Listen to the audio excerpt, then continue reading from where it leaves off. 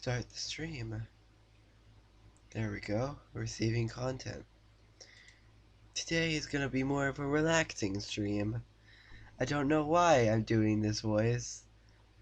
Because, to be honest, it's not really relaxing. It's just kind of weird.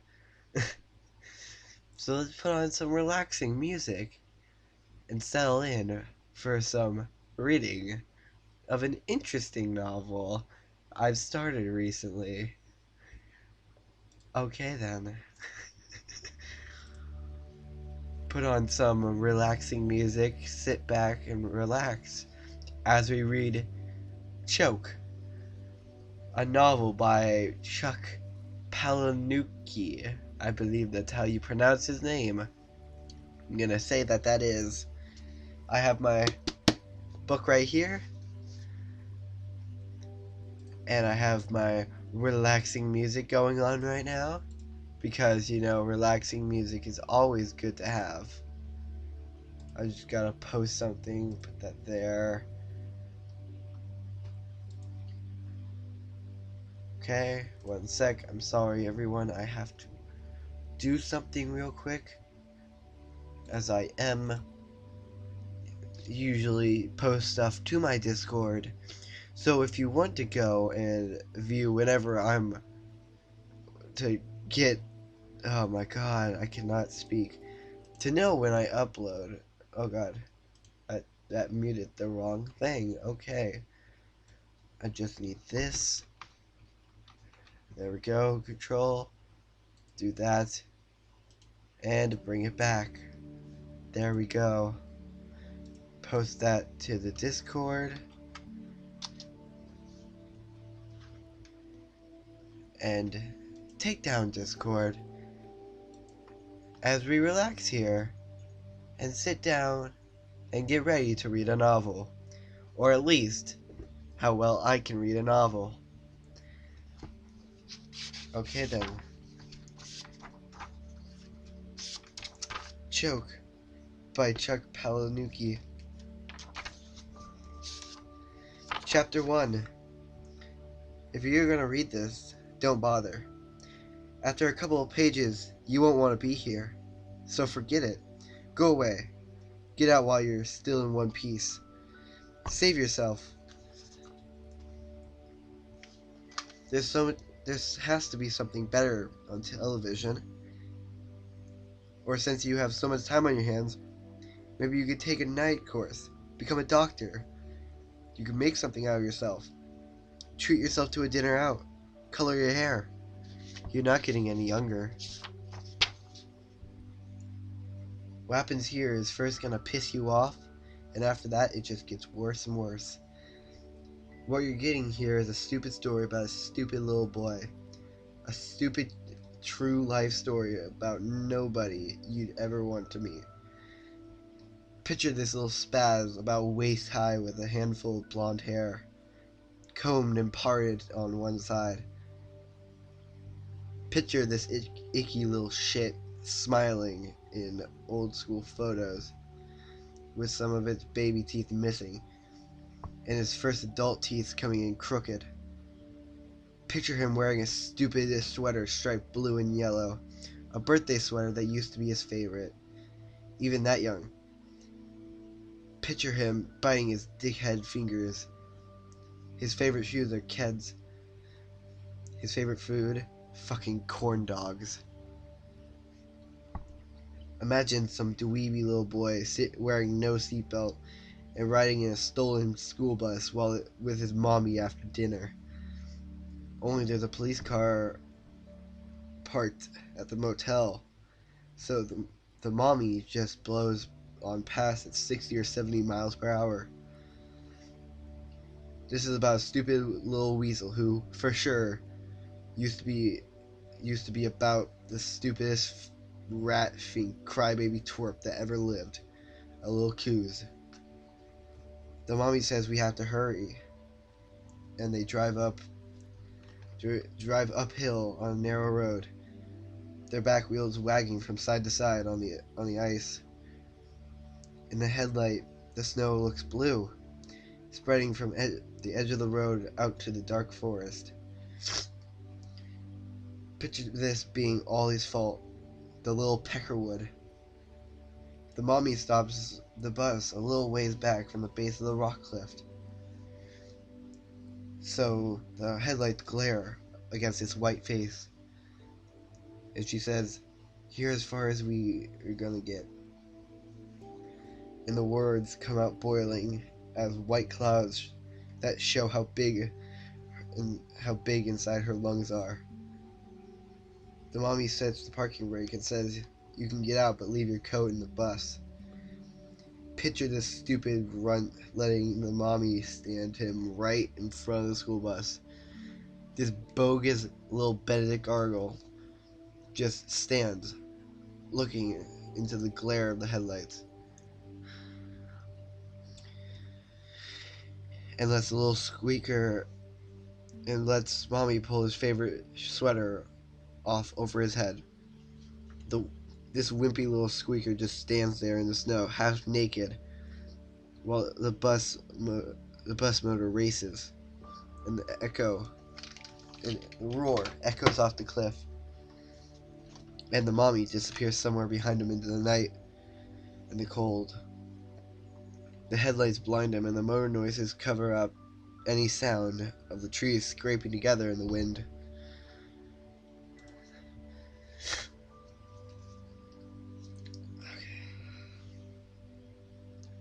The air is too cold to breathe more than a mouthful at a time.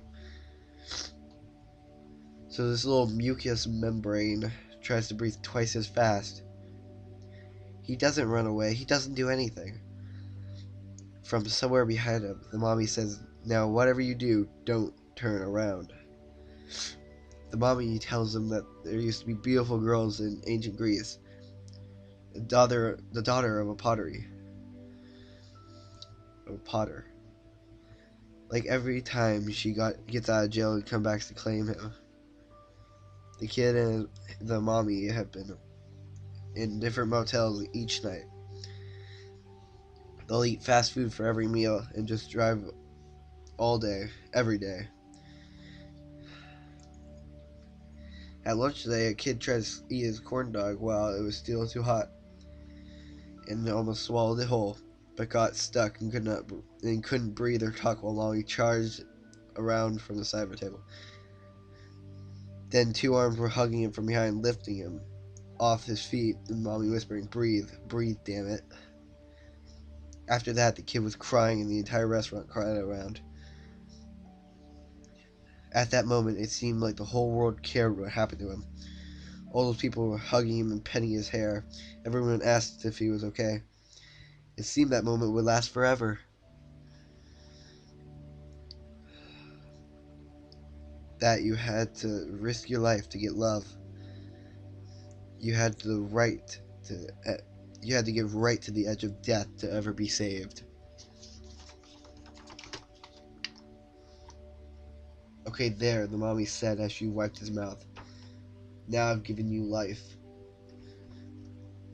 The next moment, a waitress recognized him from a photograph on an old milk carton, and the mommy was driving a little evil squeaker back to their motel room at 70 miles per hour.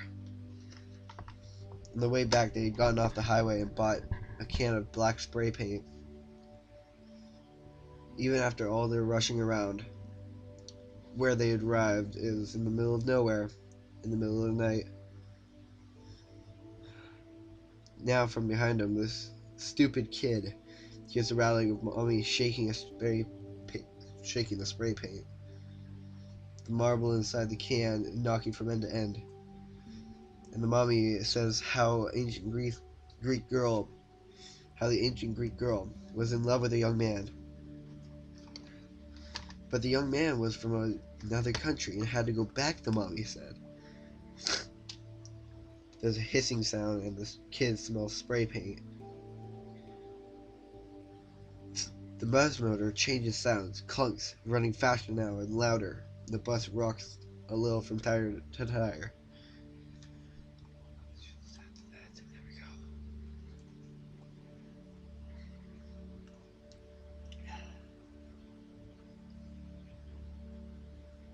So the last night the girl and her lover would be together, the mommy said. The girl bought a lamp and set it so it threw the lover's shadow against the wall. The hiss of the spray paint stops and starts. There's a short hiss, after that a longer hiss. And the mommy says how the girl traced the outline of her lover's shadow so she would always have a record of how he looked. A document of this exact moment. The last moment they would be together. Our little crybaby just keeps looking straight ahead in the lights.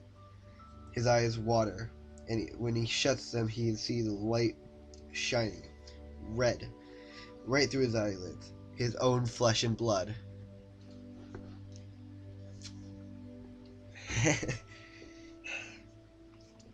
And the mommy says how the next day the girl's lover was gone, but his shadow was still there.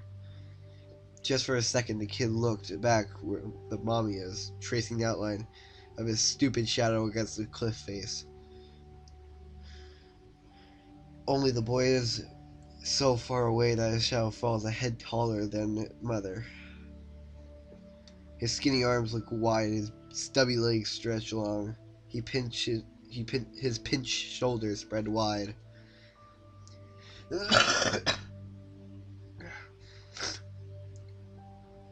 And the mommy tells him, "Don't look, don't move a muscle, or you ruin all my work." And the doofus little tattletale turns to stare into the headlights. The can of spray paint hisses, and the mommy says that before the Greeks, no one had any art. This was how painting was invented. She tells the story of how a girl's father used the outline on the wall to model a clay version of the young man, and that was the way sculpture was invented.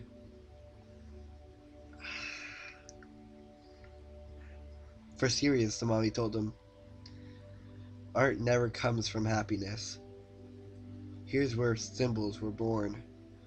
The kid stands shivering now in the glare, trying not to move.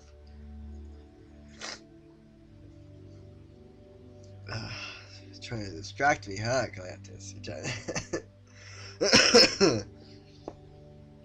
Okay. Where were you? The kid stands, shivering now in the glare, trying not to move, and the mommy keeps working, telling the huge shadow how someday it will teach people everything she's taught it. Someday it will be a doctor saving people, returning them to happiness, or something better than happiness. Peace. It will be respected someday. Oh God. This is even after the Easter Bunny turned out to be a lie.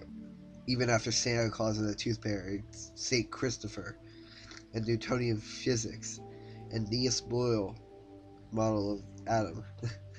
And this stupid kid still believes mommy.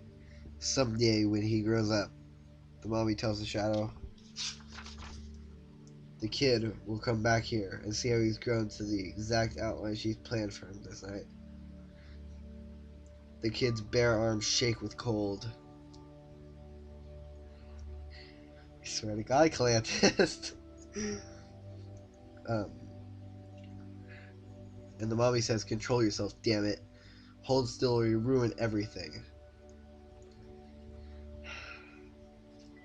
The kid tries to feel warmer, but no matter how bright they were, the headlights didn't give off any heat. I need to make a clear outline, the mommy said. If you tremble, it'll turn out all blurred. It wasn't until years later that this stupid little loser was through college with honors, and he busted his hump to get into the University of Southern California of Medicine. Until he was 24 and in the second year of medical school when his mother was diagnosed and he was named as her guardian. It wasn't until then that it dawned on this little stooge growing strong and richer and smart with only first half of your life story.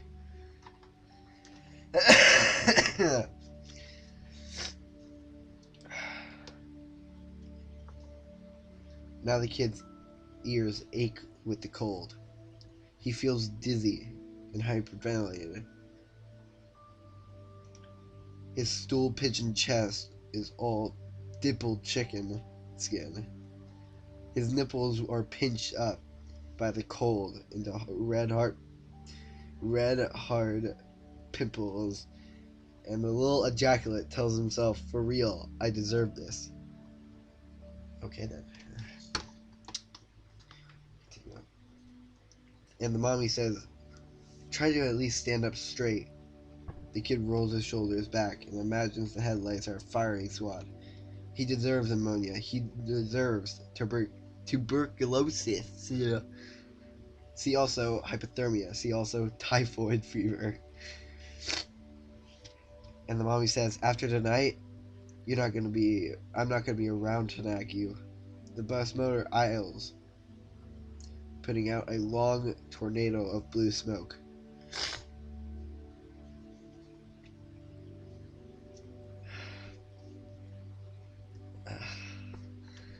And the mommy says, "So hold still and don't make me spank you." And sure as hell, this little brat deserved to get spanked. He deserved whatever he got. This deluded little rube who really thought the future would be any better if you just worked hard enough, if you just learned enough, if ran enough, every time everything would turn out right, and your life would amount to something. The wind gusts and dry grains of snow scatter down the trees, each flake stinging against his ears and cheek. More snow melts between the laces of his shoes. "You'll see," the mommy says. "This will be worth all suffering." This would be a story he could tell his own son someday. The ancient girl, the mommy tells him, she never saw her lover ever again. It's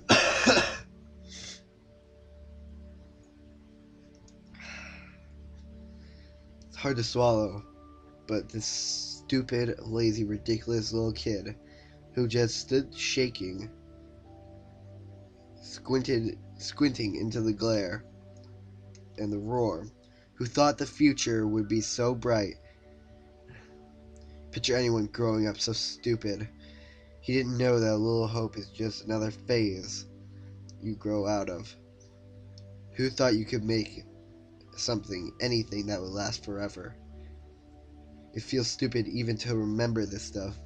It's a wonder he lived this long. So if you're gonna read this, don't. This isn't about someone brave, kind, dedicated. He isn't anyone you're gonna fall in love with. So just know what you're reading is a complete and relentless story of an addict. Because in most 12-step recovery programs, the fourth step is to make you take an inventory of your life. Every lame, suck-ass moment of your life, you have to take a notebook and write it down. A complete inventory of your crimes. That way, every sin goes right to your fingertips. Then you have no way to fix it all. This goes for alcoholics, drug abusers, overeaters, as well as sex addicts. This way you can go back and review the worst of your life at any time you want. Because supposedly, those who forget the past are condemned to repeat it. So if you're reading this, to tell the truth, it's really none of your business.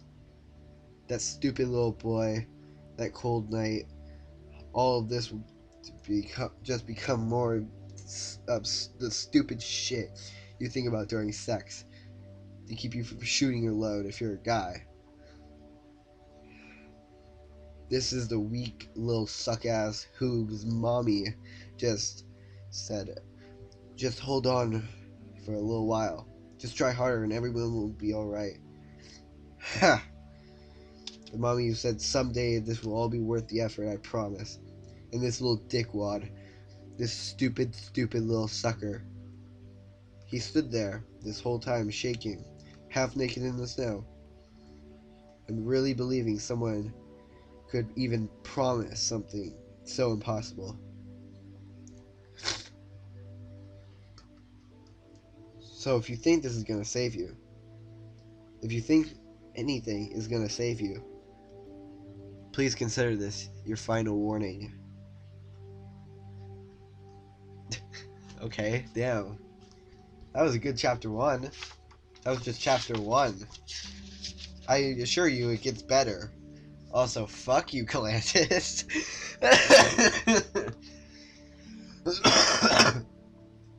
Oh, that did hell on my throat. Okay, I gotta go get another tissue, get some tissues, and get some water. I'll be right back. Go and listen to the relaxing ass music. I believe it's relaxing. Yeah, that's some relaxing ass music. So just listen to the music. And I'll be right back, guys.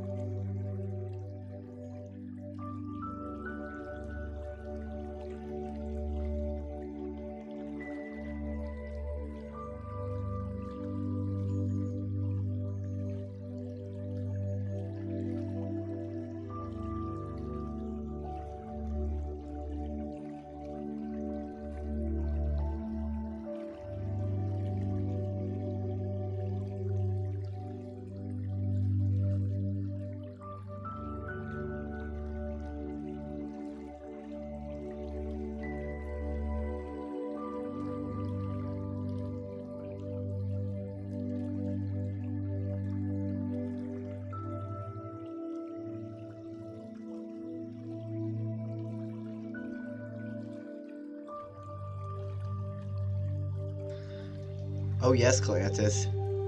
It is gonna get worse. Hey guys, I'm back. I got some tissues, got some water. You know, it's all good. Okay, I'm not gonna be reading the whole book in this stream, by the way. There's like a lot of chapters. I think there's 50 altogether. I think there's actually it's 49, I believe. Yeah, it's 49. So I'm definitely not reading the entire book tonight. Okay. Chapter 2. It's dark and starting to rain when I get to the church, and Nico's waiting for someone to unlock the side door, hugging herself in the cold. Hold on to these for me, she says, and hands me a warm fistful of silk. Just for a couple of hours, she says. I don't have any pockets. She's wearing a jacket made of some flake orange tweed with a bright orange fur collar. The skirt of her flower print dress shows hanging out.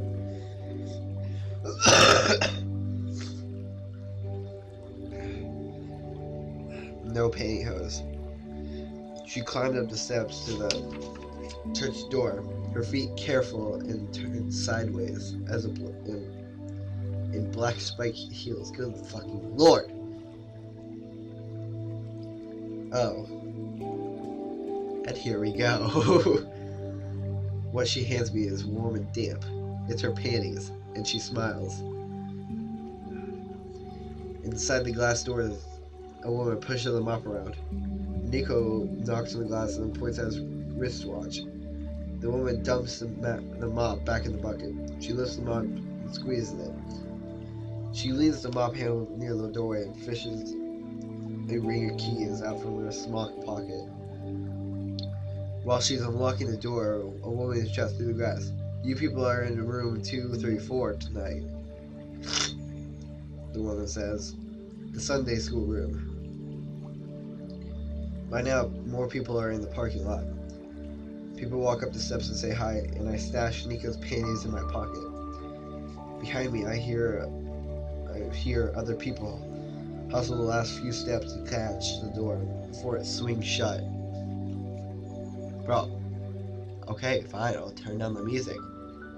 Yo, relax, bro. This is chill time. You gotta relax, bro. Very relaxed.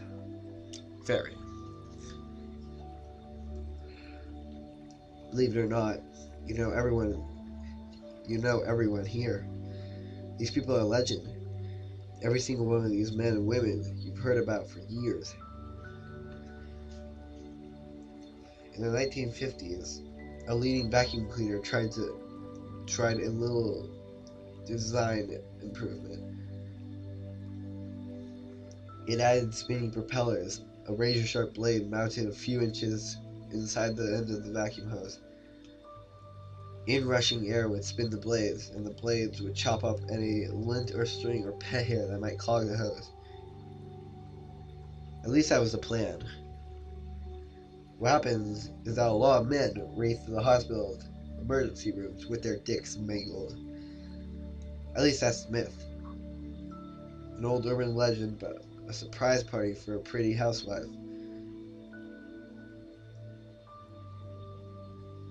How all her friends and family hid in one room, and when they burst out and yelled happy birthday, they found her stretched out on the sofa with the family dog licking peanut butter from between her legs. Well, she's real. A legendary woman who gives head to guys who are driving, only the guy loses control of the car. And hits the brake so hard the woman bites him into half. I know them. Those men and women are here. They're all here. These people are the reason every emergency room has a diamond-tipped drill. Oh God, nose. Okay. For tapping a hole through the thick bottles of champagne and soda balls to relieve the suction. These are the people who come waggling in from the night, saying they tripped and fell on the zucchini, the light bulb, Barbie doll, billard balls, a struggling gerbil. See also pool cue. See also teddy bear, hamster. They slipped in the shower and fell. Bullseye on a grease shampoo bottle. They're always being attacked by a person or persons of unknown. And assaulted with candles, with baseballs, and with hard-boiled eggs, flashlights, and screwdrivers that now need removing. Here are the guys who get stuck in water inlet ports of their whirlpool hot tub. The fuck? Halfway down the hallway to room 234, Nico pulls me against the wall. She waits until some people have passed us and said, I know a place we can go. So sick bullshit. Everyone else is going to pass into the pastel Sunday schoolroom, and Nico smiles after them. She twirls one finger next to her ear, an international sign language for crazy, and she says losers. He pulls me the other way towards the sign that says women. Among the folks in room 234 is a bogus country health official who calls to quiz 14-year-old girls about appearances of their vagina. Huh. Here's a cheerleader who gets her stomach pumped and they find a pound of sperm. Her name is Luann. The guy in the movie theater with his dick stuck through the bottom of a box of popcorn, they call him Steve. And tonight, his sorry ass is sitting in the paint-stained table. squeezed into a child's plastic Sunday school chair. All these people you think are a big joke. Go ahead and freaking laugh. Freaking heads off. These are sexual compulsions. Ugh. All these people you thought were urban legend. Well, they're human. Complete with names, faces, jobs, families, college degrees, and arrest records. In the women's room, Nico pulls me down into the cold towel and squats over my hips, digging me out of my pants. With her other hand, Nico cups the back of my neck and pulls my face, my open mouth into hers. Her tongue wrestles against my tongue. She's wetting my head, the head of my dog. What?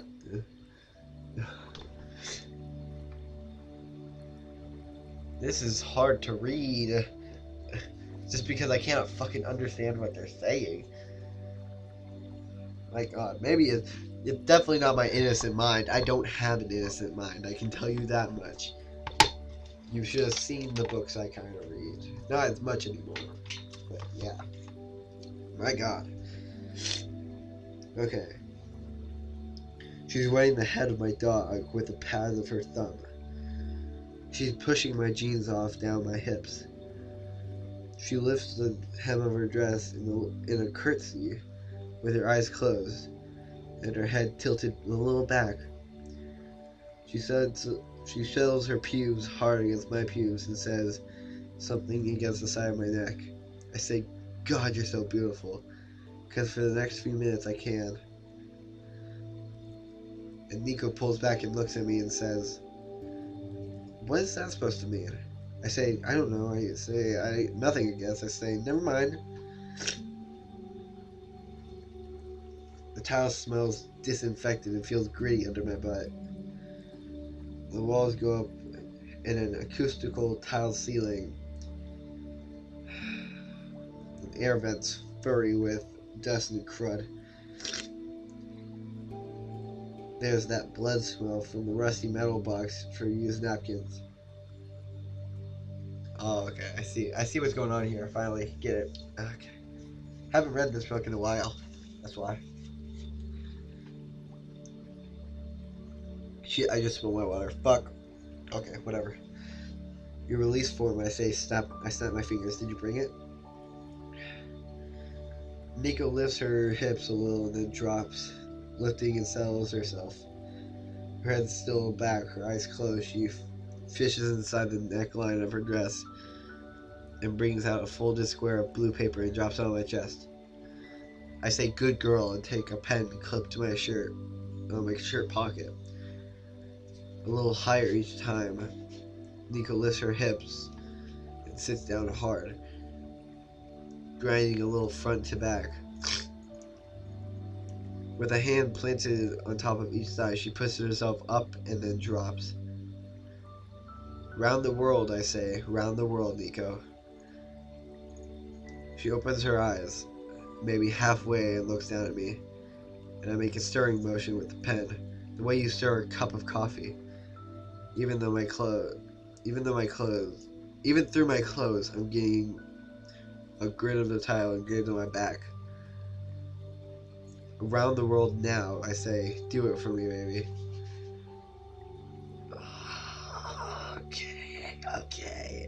Okay. Losing brain cells. And Nico closes her eyes and gathers her skirt around her waist with both hands. Oh god. She settles all her weight on my hips and swings one foot around my belly, and swings the other foot around so she's still on me but facing my feet. Good, I say, unfolding a blue paper. I spread it flat against her round, humped back, inside my knee at the bottom. On the blanket that says sponsor. Through her dress, you can feel the thick back of her bra. Elastic with 5 or 6 little wire hooks. You can feel her rib bones under the thick layer of muscle.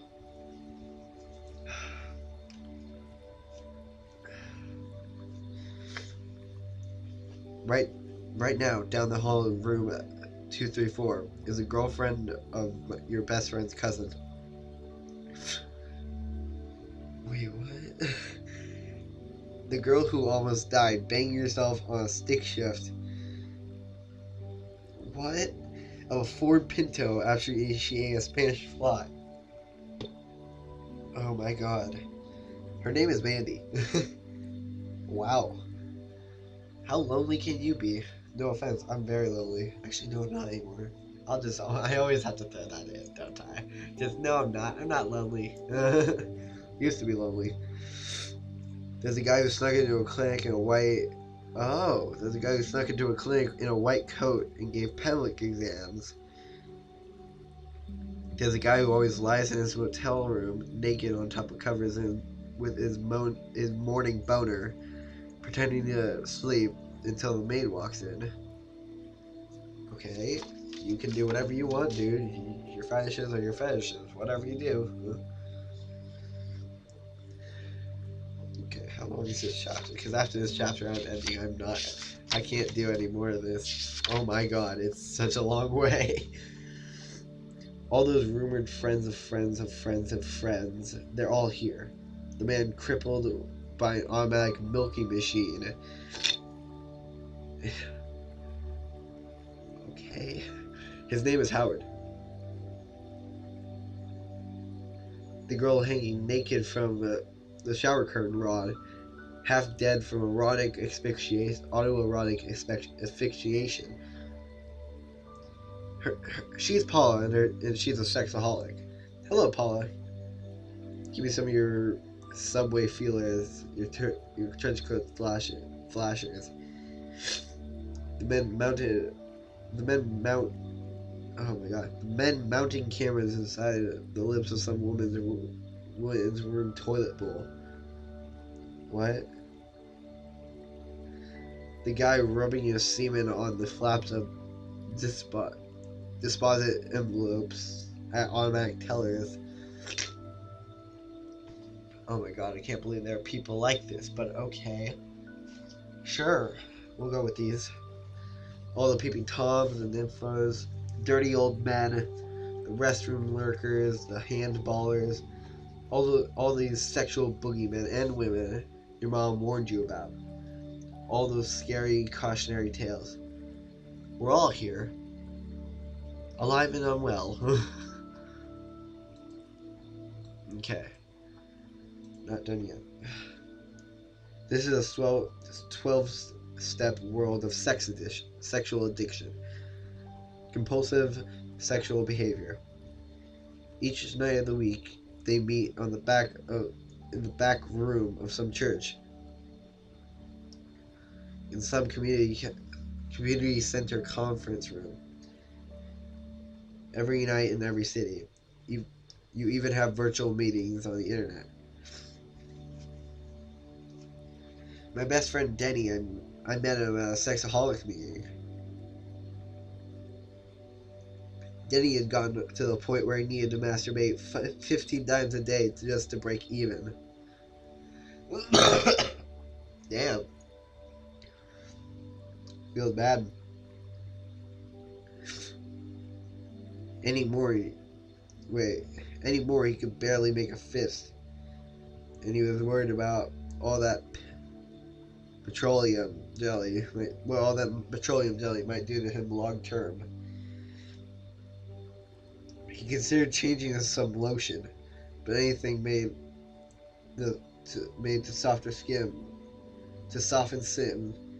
Oh my god, to soften skin seemed counterproductive. Denny and all these men and women you think are so horrible or funny or pathetic. Here's where they let all their hair down. This is where we all go to open up. There are prostitutes and sex criminals out on the 3-hour release from their minimum security jail, elbow to elbow with women who love gangbangs and men who give head in adult bookstores. The hooker reunites with her John here. The molester faces the molested. Nico brings her white ass almost to the top of my dog and bangs herself down, up and then down, riding her guts tight around the length of me, pivoting up and then slamming down, pushing off against my thighs. Her muscles and her arms get bigger and bigger. My thighs under each of her hands go numb and white. Now that we know each other, I say, Nico, would you say you liked me? You don't say that, okay? She turns to look back over her shoulder at me. When you're a doctor, you'll be able to write prescriptions for anything, right? That's if I ever go back to school. Never underestimate the power of a medical degree for getting you laid. I bring my hands up, each hand open up to a stretched, smooth underside of each thigh.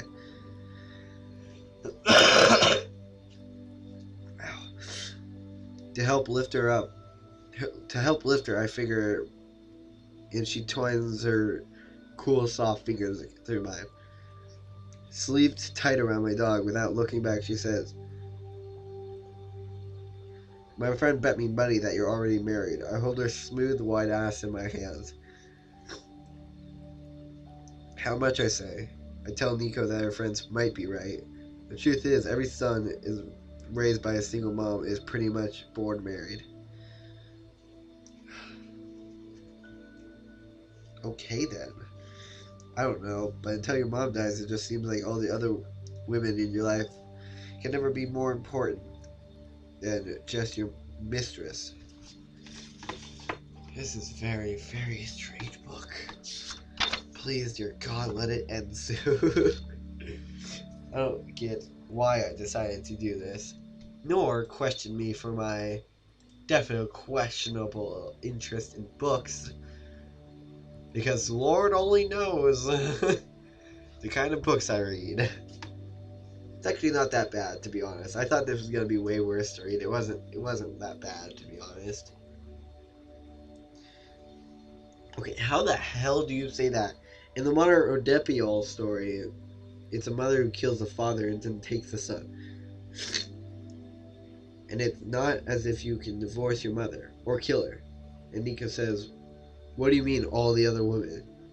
Oh shit. Jeez, how many are we talking about? She says, I'm glad we used a rubber. You always use a rubber, kids. By rubber, I mean condom. Please, dear God, use a condom. Okay. Compose yourself.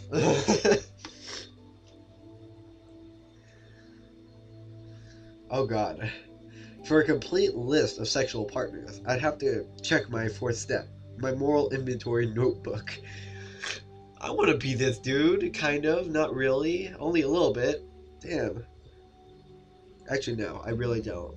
I only want one girl. Okay. That just seems so much work, just having so many. I'm not the type of guy who can just, like, I don't do one night stands. I can never do one night stands. Oh my God, that would just be so horrible for me. I get way too attached too quickly, to be honest. I have a problem with that, and I need to fix that, but I could never do that. Okay.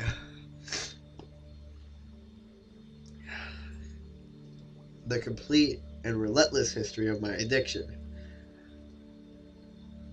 That's if I ever go back and complete the damn step. For all those people in room 234 working on their 12 steps in sexaholic meetings is a valuable, important tool for understanding and recovering from, well, you get the idea.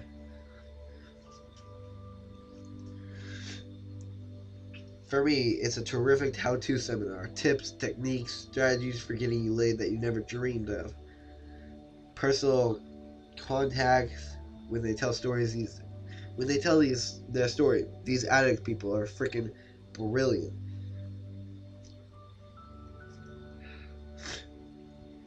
Okay, wait. Plus, there are jail girls out for their 3 hours of sex and talk therapy, Nico included. Wednesday night means Nico.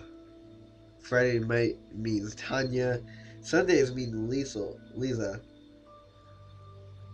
Lisa's sweaty yellow from nicotine.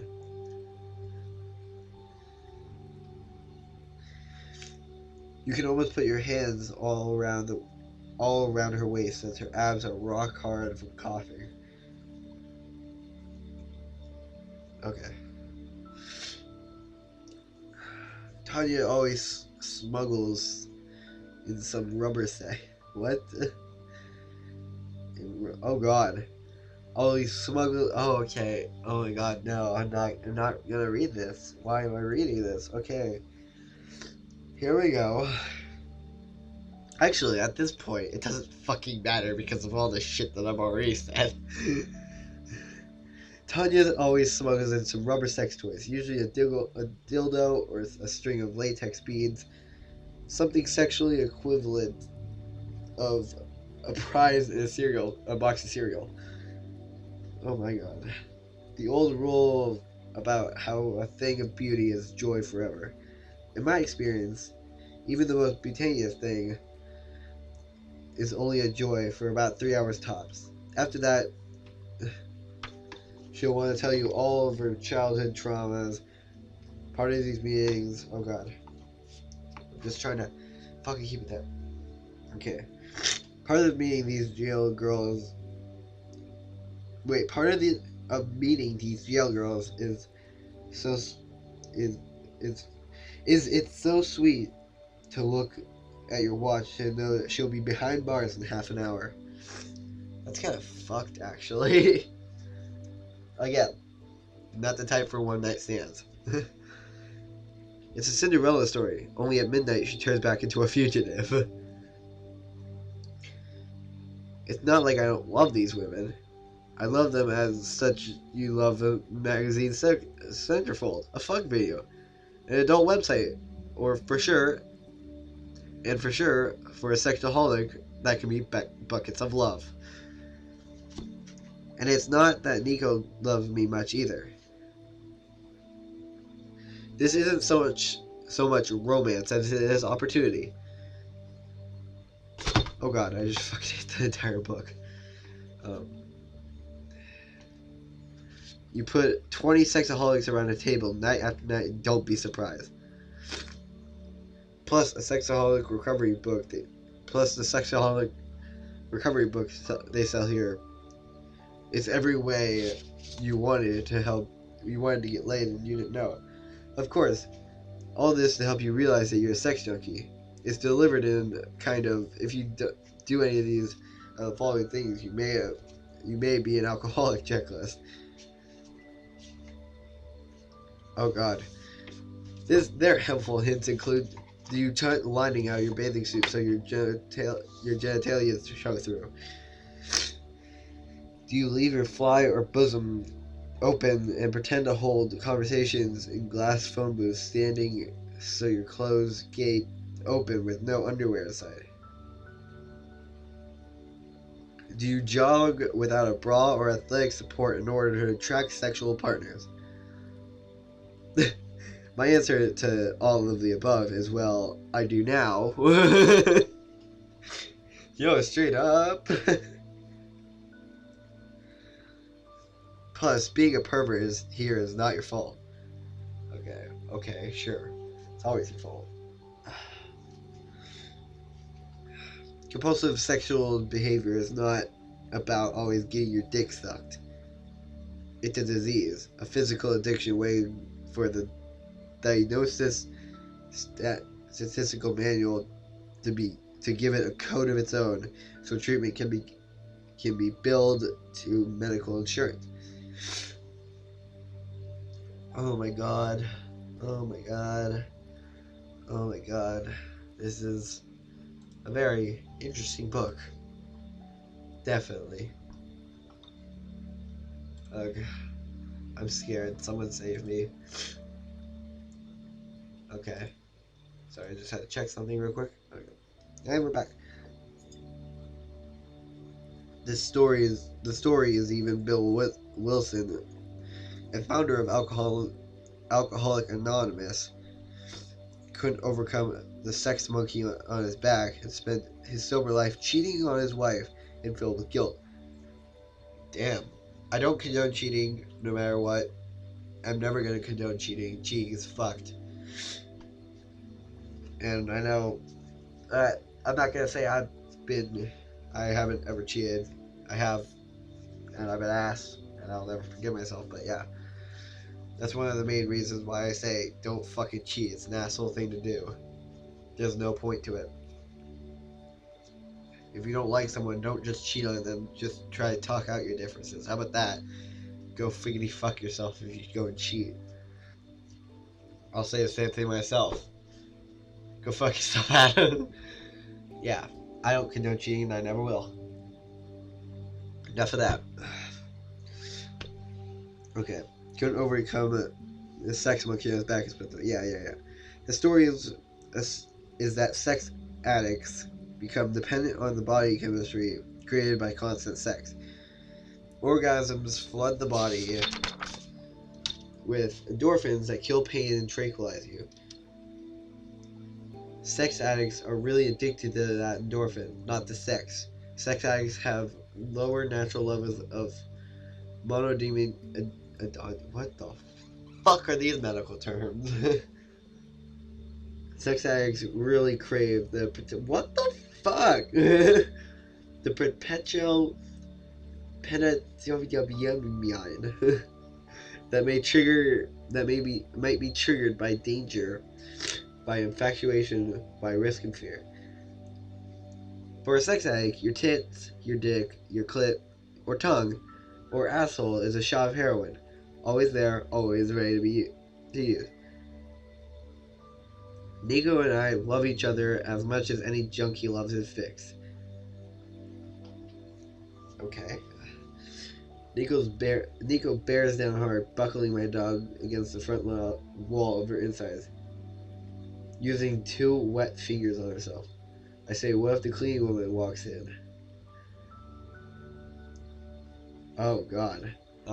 Here we go. Oh god.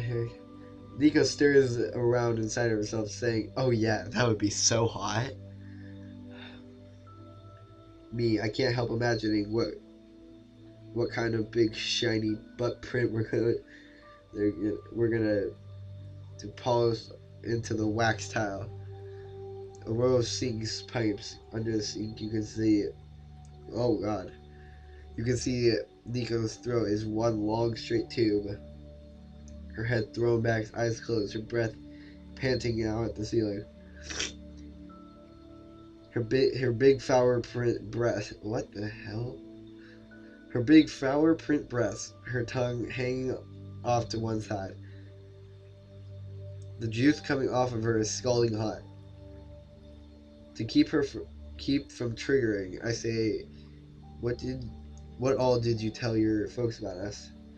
Nico says they want to meet you. Oh god. Oh, I'm getting flashbacks to another book I read. Men of Ink. Oh god, I remember that book quite clearly. And oh my god. Definitely getting that vibe from this, kind of. I think about the perfect thing to say next, but that doesn't really matter. You can say anything here. Amoebas, orgies, animals, and admit to any obscenity with obscenity, and no one's ever surprised. In room 234, everyone compares war stories. Everyone takes their turn. That's the first part of the meeting, the check-in part. Okay, interesting.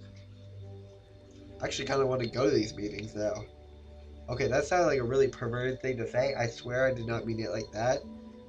I'm just saying, I kind of want to see what all these people have to say. And if it's really true, like, this kind of thing. Like, I really want to know if this is true. I'm not trying to be, like, a dumbass here. I really want to know if this is all, like, what kind of happens there. And that would be very interesting to learn about. That really sounds like a perverted thing to say, but I don't give a fuck. After that, they'll They'll read the readings, the prayer things. They'll discuss topics for that night. They'll each work on one of the 12 steps. The first step is to admit you're powerless. Whoa. I mean, some people are into that shit, so I have no idea if that's really something you want. I'm not even kidding either. I wish I was kidding. You have an addiction and you can't stop. The first step is to tell your story, all the worst parts, your lowest lows. The problem with sex is always the same with any addiction. You're always recovering, you're always backsliding, acting out, until you find something to fight for. You settle for something to fight against. All these people who say they want a life free from sexual compulsion, I mean, forget it. I mean, what could ever be better than sex? A lot of things. How about an actual fucking relationship? I know, he has a problem, I understand, but still. Just a point there that relationships are better than just sex. Main reason why I don't just, one night stands, I don't do that. My point is, if you're gonna fuck someone, make it meaningful, okay? Make it mean something, not just a fucking one night stand, okay? Okay, we're done here. Anyway. Oh, great. For sure, even the worst blowjobs is better than, say, sniffing the best rose, watching the greatest sunset, hearing children laugh. Okay, no. Hearing children laugh is nice. That sounds really creepy. Watching the greatest sunset, that's better. I think I shall never see a poem as lovely or as hot, gushing, butt cramping. Wait, as lovely as a hot, gushing, butt cramping, gut hosing orgasm. Painting a picture, composing an opera, that's just something you do until you find the next willing piece of ass. My god, this is fucked. The minute something better than sex comes along, you call me. Have me paged. My god. Okay then. I'll have a page, don't worry. None of these people in room 234 are Romeo or Casanovas or Don Juan. How the fuck do you say that? Don Juan. Don Juan. There we go.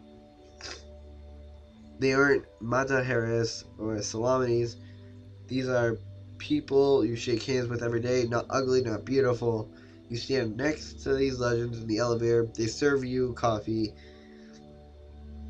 These mythological creatures tear your ticket stubs. They cash your paycheck. They put the communion wafers on your tongue. What? In the women's room, inside Nico. Oh, okay. I cross my arm behind my head. Okay then. For the next, I don't know how long, I got no problems in my world. Sorry. No mother, no medical bills, no shitty museum jobs, no jerk-off best friend. Nothing. I feel nothing. To make it last, to keep from triggering, I tell Nico's flowered backside how beautiful she is, how sweet she is, and how much I need her. Her skin and hair, to make it last, because this is the only time I can say it. Because the moment this is over, we'll hate each other. Oh god. Because the moment this is over, we'll hate each other. The moment we find ourselves cold and sweating on the bathroom floor. The moment we both come, we won't even want to look at each other. The only person we'll hate more than each other is ourselves. These are the only few minutes I can be human. Just these minutes I don't feel lonely. And riding me up and down, Nico says, so when do I get to meet your mom? And never, I say. That's impossible, I mean.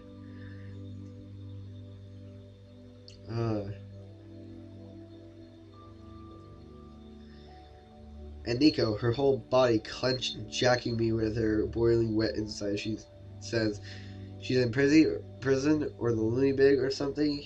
Yeah, for a lot of her life. Ask any guy about his mom during sex, and you can delay that big blast forever. Oh god. And Nika says, so she's dead now? And I say, sort of. Okay, that's the end of chapter 2. I'm not reading anymore. Fuck that. I cannot. My head. Oh my god. Why did I decide to do this is what I want to know. I'm sorry for being so loud. Oh my god. Why did I decide to do this? Why did I read? Why? Okay then. Thank you guys so much for watching this. This don't even know what to call this anymore. You know what? If you like this book, go check it out. I'll probably, you know what, you can just look it up because I don't really want that on my search history. So if you want to, the title's on the screen right now. You can see it. It's by Chuck Palahniuk. If you want to continue reading it, you know what? Yeah, yeet. Just yeeted it across the room. My god, I never want to see that book again. Actually, I'm probably going to continue reading. Because once I get into a game, I can never just stop. Okay, so thank you guys so much for watching.